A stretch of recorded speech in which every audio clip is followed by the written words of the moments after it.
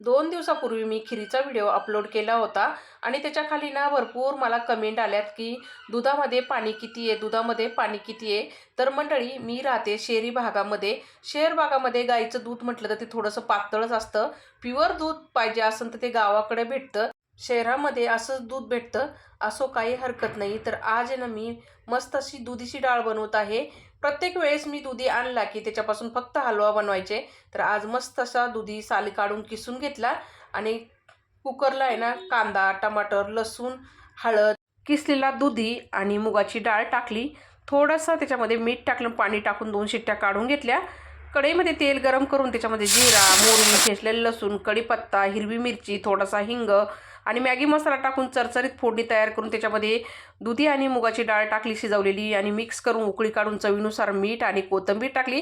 तयार झाली दुधी डाळ. मंडळी, तुम्ही कशी म्हणता कमेंटमध्ये नक्की सांगा. धन्यवाद.